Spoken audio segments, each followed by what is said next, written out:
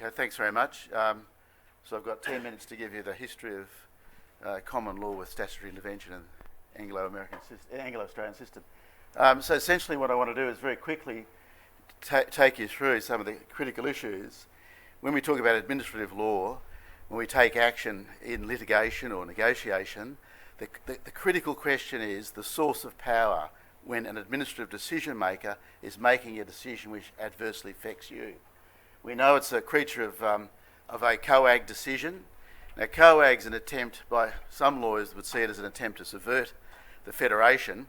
So health and health registration is not a matter which comes within the Commonwealth Constitution, conferring it direct powers. So COAG has attempted, by agreement with the states and territories, to set up the national registration system. So even though the impetus is ministerial council, driven by the Commonwealth, the source of authority is in state and territory law. And it sets up a uniform national law, sometimes called a mirroring law. So each of the states and the territories have passed the same law to give it effect for uniformity. The benefit is supposed to be national registration and mobility throughout Australia in your characteristic profession. At the heart of the scheme is something which is incontestable. Everyone would agree that the paramount objective as a health professional practicing in whatever the area you do practice is the protection of the public, to ensure that your fellow practitioners are suitably trained and qualified and are competent and ethical, and only those which will be registered. So that's not in contest. And in terms of administrative decision making, where a practitioner is the subject of an adverse finding or an investigation, we have to keep coming back to this, because at the end of the day, despite any bureaucratic abjurance or incapacity of the regulator to understand your position as professionals, you're going to have to, as a matter of merit, deal with this issue in overwhelming factual force to demonstrate that you are ethical, competent, and so forth. The guiding principle for the regulations, of which there's multi-layers, it's quite a clunky system. There are still problems in it. It's only almost 5 years old, and it's not dissimilar to other national schemes. Transport's one of them, quarantine's another one that's coming up. There are real legal problems with them, and they have not yet been road tested in the courts. But it purports, as it should, under the statutory scheme, to be transparent, accountable, efficient, effective and fair. And there are a lot of complaints that the decision making is not fair and lacks transparency, and indeed those complaints have been validated by decisions of the tribunals and the courts, of which there's about a dozen so far. And the other requirement is that there only be a restriction upon you as a health practitioner if it's necessary to ensure health services are provided safely. The regulator has very, very wide powers. APRA and the national boards can take immediate action any time if they believe it's necessary to protect the public. The trigger for that, the jurisdictional fact, in fact, they can only exercise the power unless they have a belief, and the belief must be reasonably based, that the conduct, performance or the health of the practitioner may be a serious risk to public health and safety and necessary to protect the public. Now, like a lot of these systems, they disciplinary matters or protective matters, from corporate law, where you've got directors being disqualified, where you've got lawyers being suspended. For the individual, it feels punitive, but the purpose, the law tells us, is supposed to be protective. The sort of things they can do is to suspend or impose a condition, accept an undertaking, or accept the surrender of the registration of the practitioner. The last one's most unlikely. It would only be in the most cataclysmic case that a practitioner, the subject of a preliminary investigation, would surrender. But what actually happens is the practitioner will find themselves fighting on many fronts.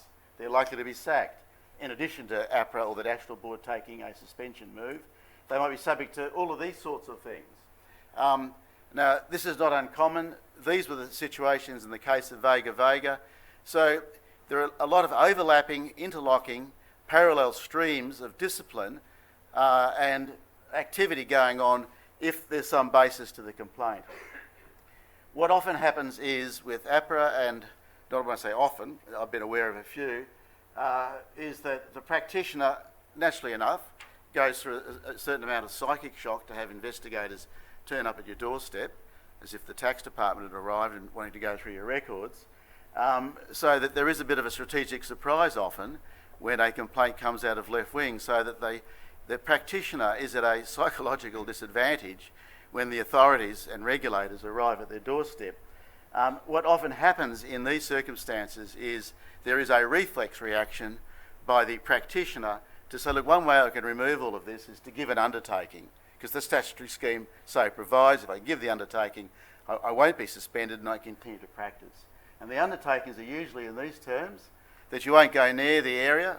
If it's alleged that the patient's breast was brushed by the back of the hand, well, then maybe it's chaperoning. If it's thought there's a particular medical procedure which is not being performed correctly, then maybe stay out of that area of procedure. So that the reflex reaction of the practitioner, say, I'll give the undertaking while we sort this out. The usual requirement is to undergo periodic audits, to be amended for a period of time. 12 months, every 3 months is a standard one. And then there's a final performance assessment. And the performance assessment will work out whether or not these undertakings will be lifted.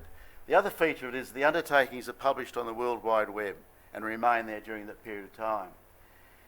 At the end of that period of time, if I can call it the exit appraisal, we'll then work out whether the health practitioner practice is unsatisfactory. Now, the difficulty with all this is that maybe the subject matter of the actual complaint is never determined. You never get a trial on that issue. We're actually kind of come into your practice if it's a lawyer and say, we've heard that you're incompetent in this particular court case, but what's happening now is everything's up for grabs. We're going to look at your records, we're going to see whether you're incompetent in every area. So the particular matter, the subject of the complaint, isn't determined or may never be determined one way or the other to see whether it's valid. You've, as a matter of reflex reaction, have gone into these undertakings, and at the end of it all, you're going to have to go and, as it were, sit for your finals again, to put it at its highest. What does that mean? The definition of the Act is, the question is whether or not that practitioner in the area of practice has the knowledge, skill, judgment, as care in the practice of that area, which is registered, whether it's below the standard, reasonably expected of a health practitioner of equivalent level of training and experience. Now, that actually can be replete with a lot of ambiguity. What does that really mean? What is the level? What is the training? And so forth and so on. So there's broad bands and there's fuzzy areas there trying to define things with precision. The outcome of that might be there's no action. No one says, oh, you're a good practitioner, we'll lift the undertaking, proceed. It could be a caution, it could be the imposition and the continuation of undertakings, it could be conditions on registration, or you could be referred to a tribunal or tribunal to investigate whether in fact ultimately you should be struck off, or to another investigating entity. Many of the common complaints about the regulatory scheme is there are protracted and inordinate delays, there's the denial of procedural fairness, the practitioner's not given the critical adverse material or all the reports which they could talk about it. Now, these aren't folklore, these are actually the result of established cases.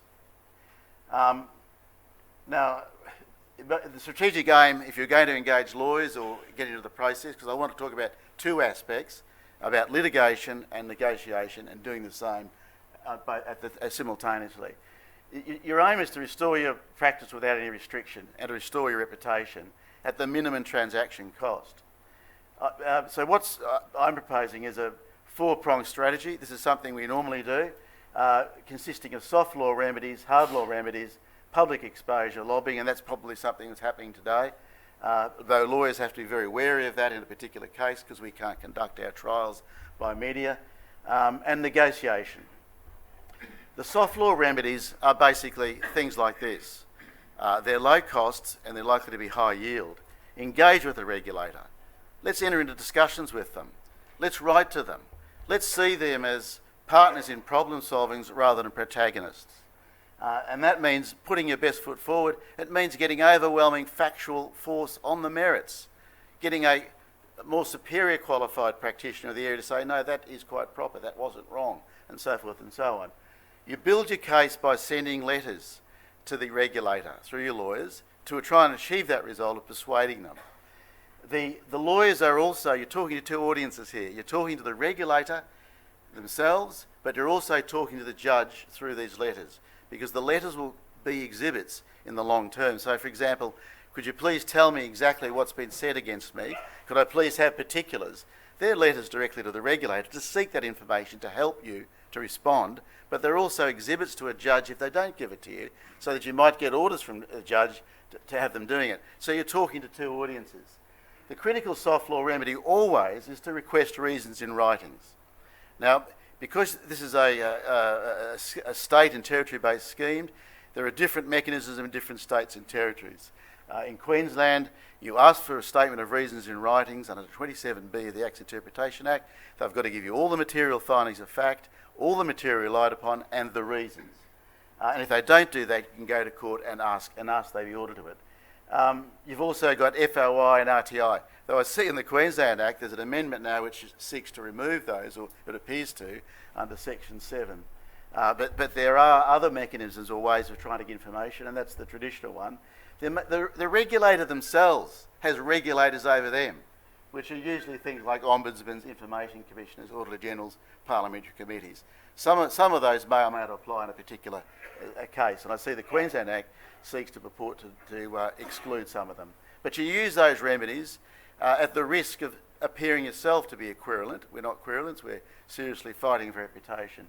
The hard law remedies come in two categories. One is to go to the Supreme Court under the Judicial Review Act, where they haven't given you reasons, you want orders for reasons, or they won't make a decision. And one of the areas in this field of regulation is delay. The regulator, in my view, is probably seriously under-resourced, doesn't quite know what they're doing, and you've got people job sharing. So there's a real difficulty in communicating with the regulator about getting them to move on or make a decision.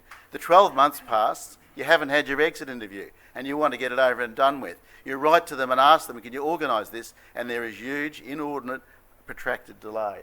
So one of the orders you can be given in judicial review is that the administrative decision maker must make a decision, mandamus, hurry them up.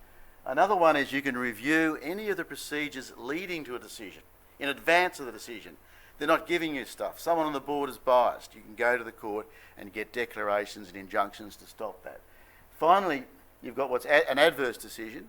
Now, when you go to the Supreme Court and review that in a judicial review, you are not doing a merit review. You're not saying, I ask the court to substitute its view for the regulator. You're actually saying to the court, they've acted unlawfully because they haven't done the procedure they're supposed to have taken into account, or failed to take into account something, or misinterpreted the statute, or misinterpreted a question. So bear in mind, judicial review is only about procedure.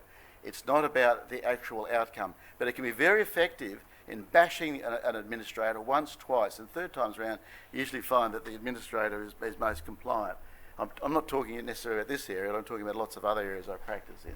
The second stream of hard law remedies, well, I call them hard law because it's out of the hands of the regulator. When you go to the VCAT or New South Wales CAT or QCAT, which is the Civil and Administrative Tribunals, the thing's taken out of the hands of the regulator. The regulator's got no control except to appear as an equal party, or the board or APRA. It's lost its fiefdom, right? It's fantastic in some areas like quarantine in Queensland, where the vet scientists have got a particular view about certain diseases, and they adhere to them, causing great catastrophe for the cattle industry. It's fantastic to take it to the Merit Review Tribunal, because this tribunal is going to work out whether it's the right decision or not, and it can supplant quarantine, or it can supplant APRA or a board, and all of a sudden their little area of control, their little sovereignty is usurped because the tribunal comes in. And in the medical area, generally it's a judge, all right? So you've got a... Mark, if you could just wrap up now for us. Pardon? Mark, if you just wrap up for us now. Okay, right. Some ambiguities about the defence insurers and whether you avoid that by going lawyers' own initiative. I don't know the answer to that. I've attempted to look at least one contract. The tactical approach is to try and negotiate an outcome. Some of the dynamics are the practitioner is trying to expand and speed up the process. The regulator is shrinking and slowing it down. It's often hard to persuade someone whose salary depends on not being persuaded, but you've got to make the pain of the regulator continuing to say no greater than the pain of saying yes. But bearing in mind, ultimately you're going to have to satisfy the paramount objective to show that the public safety is preserved. Dealing in the negotiations, as I said, we're partners, not protagonists. All right, that's a very quick rapid Yeah, thumbnail indeed. sketch. Thank you very much, Mark.